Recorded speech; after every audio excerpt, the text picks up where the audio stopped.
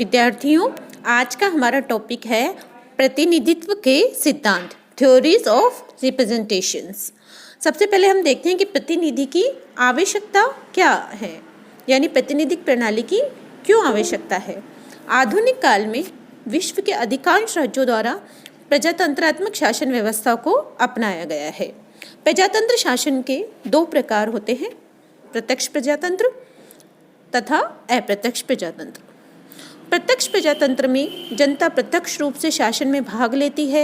शासन के इस रूप को सबसे अधिक श्रेष्ठ कहा जा सकता है, लेकिन वर्तमान समय में क्षेत्र और जनसंख्या की दृष्टि से विशाल राज्यों में शासन का यह रूप व्यवहारिक नहीं रह गया है।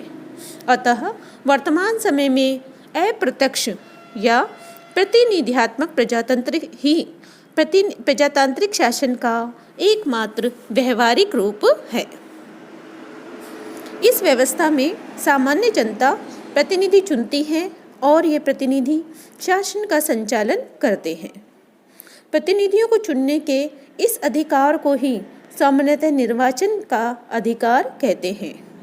निर्वाचन के इस अधिकार को प्रजातंत्र का आधार कहा जा सकता है, क्योंकि यदि सामान्य जनता अपने इस अधिकार का सही रूप में प्रयोग करती है तो एक श्रेष्ठ सरकार का निर्माण होता है और नागरिकों का उत्थान संभव हो सकता है।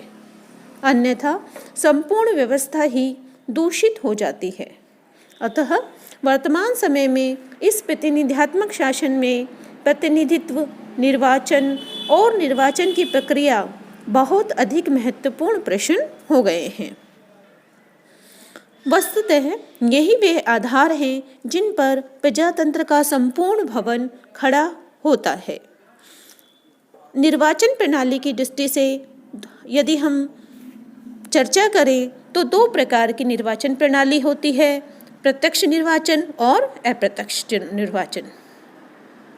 जैसे कि मैंने पूर्व में भी बताया कि यदि जनता प्रत्यक्ष रूप से अपने प्रतिनिधियों का निर्वाचन करे तो उसे प्रत्यक्ष निर्वाचन कहा जाता है। यह बिल्कुल सरल विधि है। इसके अंतर्गत प्रत्येक मतदाता निर्वाचन स्थान पर विभिन्न उम्मीदवारों में से किसी एक उम्मीदवार के पक्ष में मतदान करता है और जिस उम्मीदवार को सर्वाधिक मत प्राप्त होते हैं उसे विजयी घोषित किया जाता है। Bharat, England, America, Canada, Switzerland आदि देशों में व्यवस्थापिका के प्रथम सदन के निर्माण हेतु इसी पद्धति को अपनाया गया है। दूसरी प्रणाली है अप्रत्यक्ष निर्वाचन। जब सामान्यतः मतदाता एक ऐसे निर्वाचन मंडल का चुनाव करते हैं जो प्रतिनिधियों का चुनाव करता है, तो ऐसी पद्धति को अप्रत्यक्ष पद्धति कहा जाता है। संयुक्त राज्य अमेरिका के राष्ट्रपति तथा भारत के राष्ट्रपति दोनों का निर्वाचन प्रत्यक्ष रूप से होता है, क्योंकि सामान्यतः मतदाता निर्वाचक मंडल का निर्वाचन करते हैं और यह निर्वाचक मंडल राष्ट्रपति का चुनाव करते हैं। भारत, सोवियत संघ, फ्रांस के द्वितीय सदनों के निर्वाचन का यही प्रणाली अपनाई गई है। सबसे पहले हम देखते हैं अब प्रत्यक्ष और अप्रत्यक्ष की निर्वाचन प्रणाली को जानने के बाद हम देखते हैं कि प्रत्यक्ष प्रणाली के गुण क्या हैं और इसके दोष क्या हैं। प्रत्यक्ष प्रजातंत्र प्रणाली जो है, प्रत्यक्ष जो निर्वाचन प्रणाली जो है वो प्रजातंत्र की धारणा के अनुकूल है। यह प्रत्यक्ष रूप से अपने प्रतिनिधि निर्वाचित करने का अवसर देती है। अतः जनता स्वाभाविक रूप से यह महसूस करती है और कि यह शासन उनका अपना है और यह पद्धति प्रजातंत्रीय व्यवस्था के अनुकूल है। दूसरी बात यह आती है कि मतदाता और प्रतिनिधियों के मध्य प्रत्यक्ष संपर्क बना रहता है। चूँकि इस पद्धति में जनता अपने प्रतिनिधियों को प्रत्यक्ष रूप से निर्वाचित करती है, अतः जनता और उसके प्रतिनिधि के बीच संपर्क बना रहता है। दोनों एक दूसरे की भावनाओं से परिचित रहते हैं। इसके अंतर्गत जनता अपने प्रतिनिधियों के कार्य पर निगरानी और नियंत्रण भी रख सकती है। तीसरी बात जो आती है वो यह है कि जब जनता अपने प्रतिनिधियों को प्रत्यक्ष रूप से चुनती है तो विभिन्न दल और उनके उम्मीदवार अपनी नीति और कार्यक्रम जनता के समक्ष रखते हैं, जिससे जनता को भारी राजनीतिक शिक्षा मिलती है और उनमें राजनीतिक जागरूकता की भावना का उदय होता है। इससे सामान्य जनता की अपने अधिकार और कर्तव्यों का अधिक अच्छे से प्रकार से ज्ञान भी हो पाता है। तो ये अपने प्रत्यक्ष जो है निर्वाचन प्रणाली के गुण देखे, किंतु इस प्रणाली में कई दोष भी प्रकट होते हैं कि आलोचकों का कथन है कि जनता अपने मत का उचित प्रयोग करने की क्षमता नहीं होती। मतदाता अधिक योग्य और शिक्षित न होने के कारण नेताओं के झूठे प्रचार और जोशीले भाषणों के प्रभाव में बह जाते हैं और निकम्मे, स्वार्थी तथा चालाक उम्मीदवारों को चुन लेते हैं। दूसरी बात यह आती है कि जो इसमें गुण में यह बताया जाता है कि जनता को सार्वजनिक शिक्षा इससे मिलती है। तो प्रत्यक्ष निर्वाचन के अंतर्गत किया जाने वाला निर्वाचन अभियान शिक्षा का अभियान नहीं होता, अपितु यह तो निंदा, कलंक और झूठ का अभियान होता है। चुनाव में उम्मीदवारों को और उनकी नीतियों को ठीक प्रकार से समझने के बजाय उनके सामने व्यक्तियों और समस्याओं का विकृत चित्र प्रस्तुत किया जाता है, जिसके परिणाम स्वरूप मतदाता गुमराह हो जाता है। इसके अतिरिक्त इस प्रणाली का एक दोष यह भी आता है कि बुद्धिमान व्यक्ति जो हैं वो निर्वाचनों से दूर रहते हैं, क्योंकि प्रत्यक्ष निर्वाचन में चुनाव अभियान नैतिकता के निम्न स्तर तक गिर जाने के कारण बुद्धिमान व निष्कपट व्यक्ति निर्वाचन से दूर भागते हैं। जब ऐसे व्यक्ति उम्मीदवार के रूप में आगे नहीं आते तो देश को स्वभावतः हानि पहुंचती है। एक और अवगुण यह है कि इस प्रकार के चुनाव पर बहुत अधिक खर्चा आता है और बड़े पैमाने पर इसका प्रबंध करना होता है। अत्यधिक जोश खरोश के कारण अनेक बार दंगे फसाद भी हो जाते हैं। प्रत्यक्ष निर्वाचन प्रणाली के इन्हीं दोषों के कारण कई व्यक्ति इसकी जगह अप्रत्यक्ष निर्वाचन प्रणाली अपनाने की सलाह देते हैं, या कई विद्वानों ने जो है इसके बजाय अप्रत्यक्ष निर्वाचन प्रणाली को अपनाने पर अपनी सहमति दी है। क्यों दी है? इसका सबसे बड़ा गुण यह है कि इससे योग्य व्यक्तियों का निर्वाचन संभव हो पाता है। सामान्य जनता की अपेक्षा जनता द्वारा जब प्रतिनिधियों के निर्वाचन का कार्य एक छोटे से जनसमूह पर छोड़ दिया जाता है तो अधिक योग्य व्यक्तियों के निर्वाचन की आशा की जा सकती है।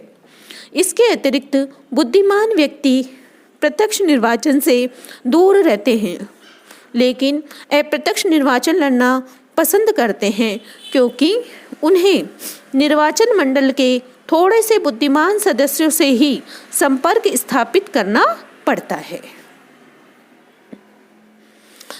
दूसरा यह गुण आता है कि निर्वाचन पद्धति के दोष कम हो जाता है। इससे प्रत्यक्ष निर्वाचन में निर्वाचन व्यवस्था के जो आधारभूत दोष हैं वे इससे कम हो जाते हैं।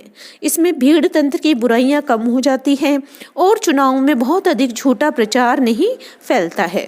इसमें दलबंदी की भावना भी कम हो जाती है और निर्वाचक मंडल के सदस्यों की संख्या कम होने के कारण प्रचार कार्य में अधिक खर्च नहीं करना पड़ता। इसके अतिरिक्त ऐसे चुनावों में हुल्लड़बाजी और दंगे फसाद का भी डर कम हो जाता है। नव स्थापित प्रजातंत्रों के लिए श्रेष्ठ। अप्रत्यक्ष निर्वाचन प्रणाली नव स्थापित प्रजातंत्रों में के लिए श्रेष्ठ है, क्योंकि नव स्थापित प्रजातंत्रों में इस बात का बहुत अधिक डर रहता है कि राजनीतिक जागरूकता के अभाव के कारण जनता अयोग्य व्यक्तियों को प्रतिनिधियों के रूप में निर्वाचित कर देगी।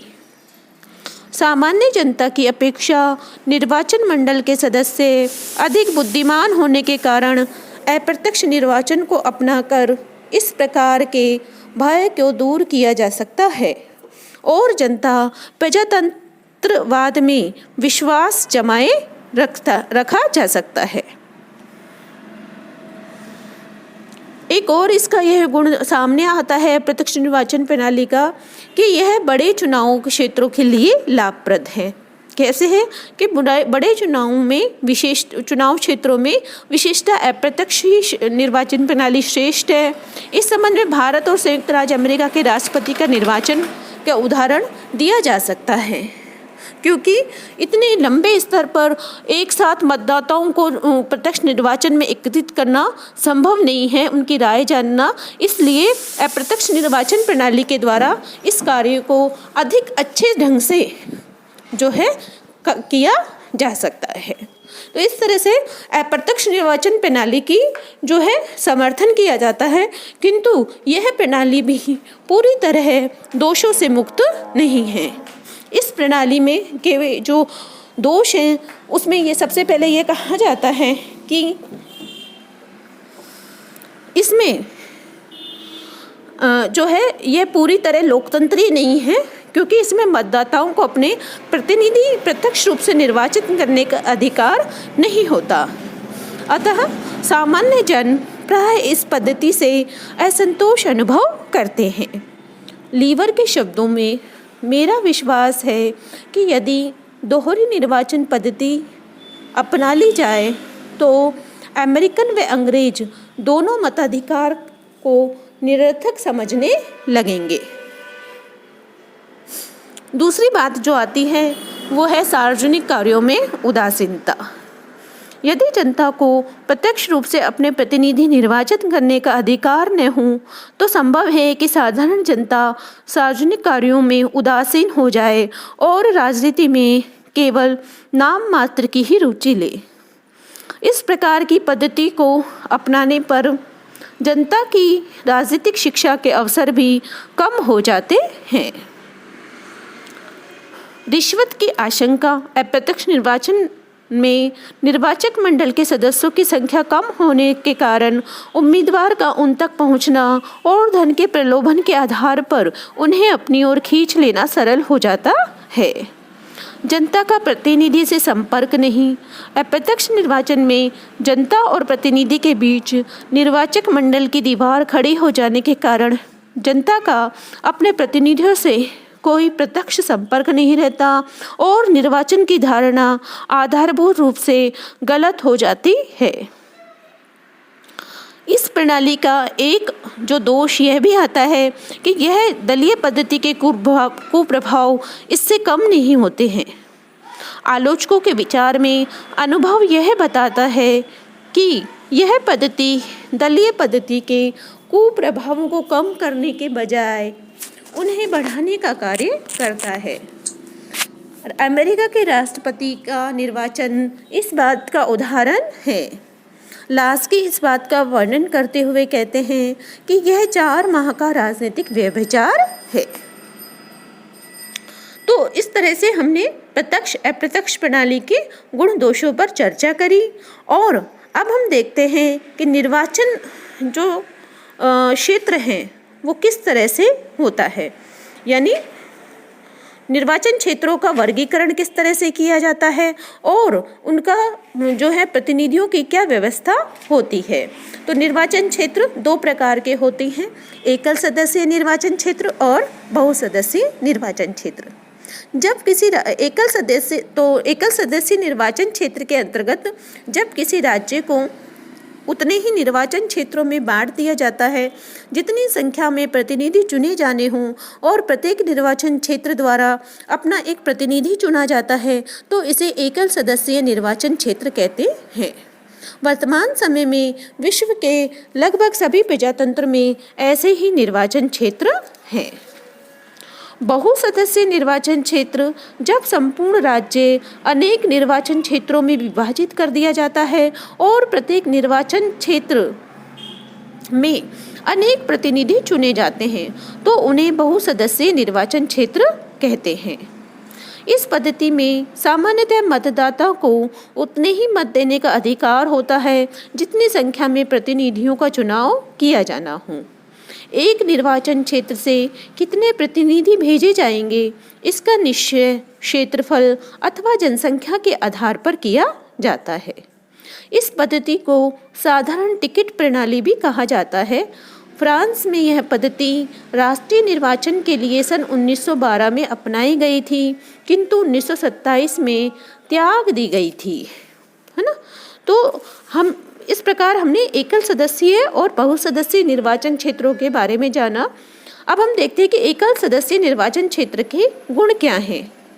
इसमें जो है निर्वाचन और प्रतिनिधि के बीच घनिष्ठ संबंध रहता है और निर्वाचन क्षेत्र एक निश्चित प्रतिनिधि होने के कारण प्रत्येक निर्वाचन क्षेत्र के निवासियों से उनका प्रत्यक्ष संपर्क रहता है और यह प्रतिनिधि अपने क्षेत्र की आवश्यकताओं से पूरी तरह परिचित होने के कारण व्यवस्थापिका में अपने निर्वाचन क्षेत्र के हितों का बहुत अधिक श्रेष्ठतापूर्वक प्रतिनिधित्व कर सकता है। दूसरी बात यह आती है कि इसमें योग्य व्यक्तियों का चयन संभव होता है।